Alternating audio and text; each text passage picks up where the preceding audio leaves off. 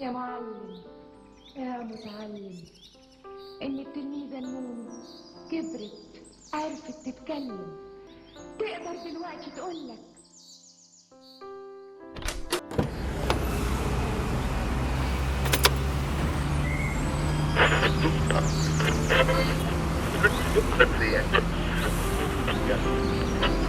اليوم يختتم مهرجان القاهرة الدولي للمسرح التجريبي فعالياته في دورته 31 برئاسة الدكتور سامح مهران، وتحت رعاية معالي وزير الثقافة الدكتور أحمد فؤاد هنو. صوت العرب من القاهرة.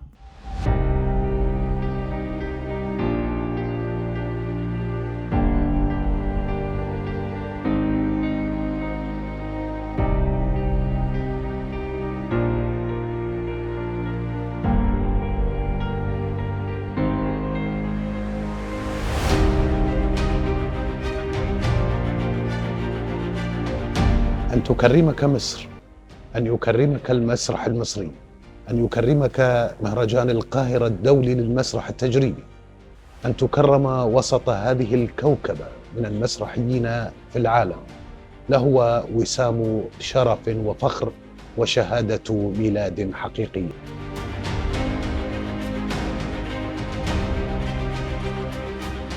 بأشيد جدا بالتجربة المسرحية في دول الخليج اللي تطورت تطور ملحوظ قوي قوي قوي قوي، أحب أنوه عنه.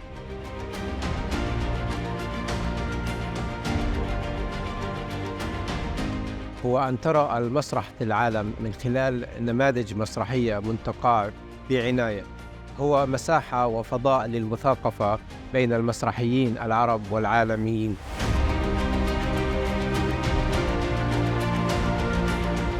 بناء عمل مشترك بينها هو الذي سيبني إن شاء الله مستقبل العمل الإبداعي في الوطن العربي. تعرف مهرجان ناجح لما تشوف الصف يعني طابور على المسارح.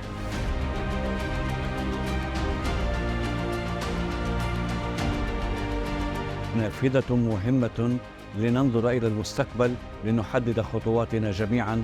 مهرجان القاهرة الدولي للمسرح التجريبي علامة في حياة كل مسرحي عربي شارك فيه. المسرحيون العرب وأنا منهم نفخر بمهرجان القاهرة الدولي للمسرح التجريبي. المسرح انعكاس عميق لحرية الإنسان بلا قيود.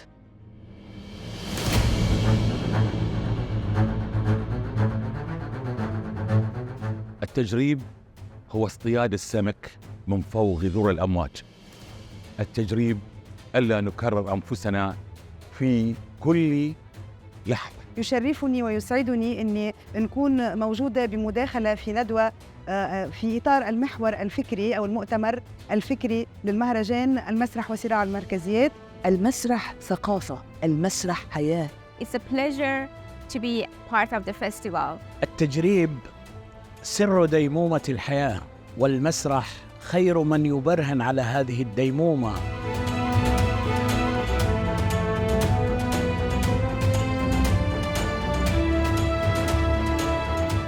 الحدث المسرحي المهم الإبداعي والأبرز والأكثر عراقة على مستوى العالم.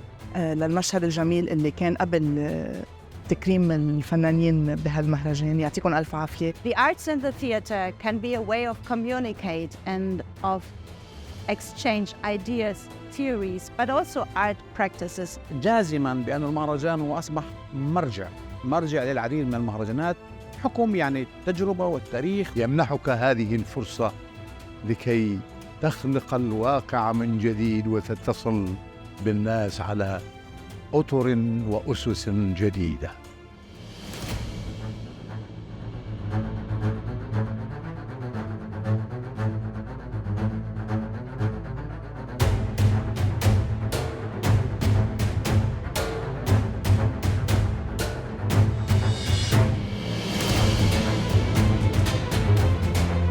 عرض الافتتاح كان معبر جدا، يوائم يعني مقولة المسرح حياة. هو الحضن الدافئ لأفكارنا وتطلعاتنا وجنوننا المسرحي. an opportunity to meet new people, to know more about Arabic theater, about African theater, about Asian theater, because in Europe we are used to know each other better. مصر دائما صاحبة مقولة المسرح يوحد الشعوب. من المهرجانات التي أوجدت الكثير من المخرجين والباحثين والمؤلفين والممثلين. First time I see two very political performances on the festival. فعلا مميز بالنسبة لي هالمهرجان وخاصة هالسنة.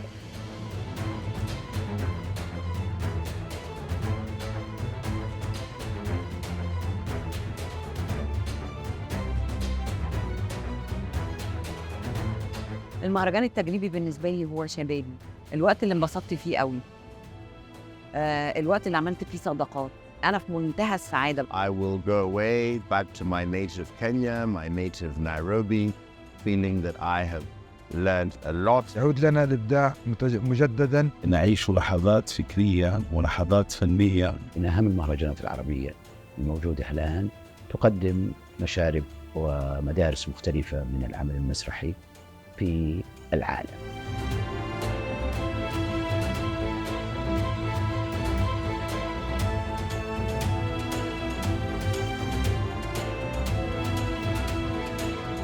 Really looking forward to present this work and to meet the Egyptian audiences. من أروع التجارب اللي أنا يعني دخلت فيها. Specifically exciting to discuss this here with theater practitioners, cultural managers, art critics, and also academics. المهرجان بالنسبة لنا يعني عبر سنوات طويلة 31 سنة كان دائما يشكل محط يعني أنظار كل المسرحيين العرب، كل المهتمين بالمسرح.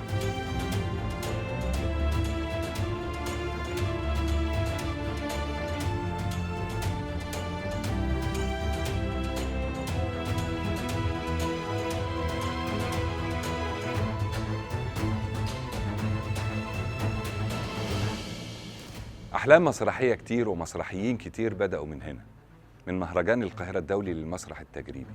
الدورة دي كانت رقم 31. يلا بينا نجهز عشان الدورة ال 32. اللي احنا نقوله دايما ان احنا كمجموعة ولادنا عليا بنحاول ان احنا دايما نتخطى الصعاب ونطلع عمل جيد ومتميز.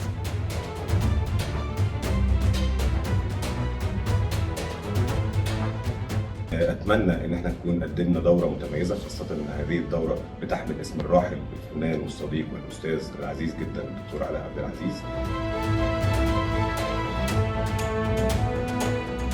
أحب أولاً أشكر معالي وزير الثقافة الدكتور أحمد فؤاد هنو على دعمه لهذا المهرجان. كمان أشكر كل زملائي وأصدقائي اللي عملوا معايا جهد غير مسبوق استمر لمدة عام منذ انتهاء الدورة اللي فاتت إلى الدورة الحالية. أحب أشكر الجمهور اللي الحقيقة تدفق إلى مسارح القاهرة بشكل غير مسبوق عن الدورات السابقة. التجريبي يجمعنا.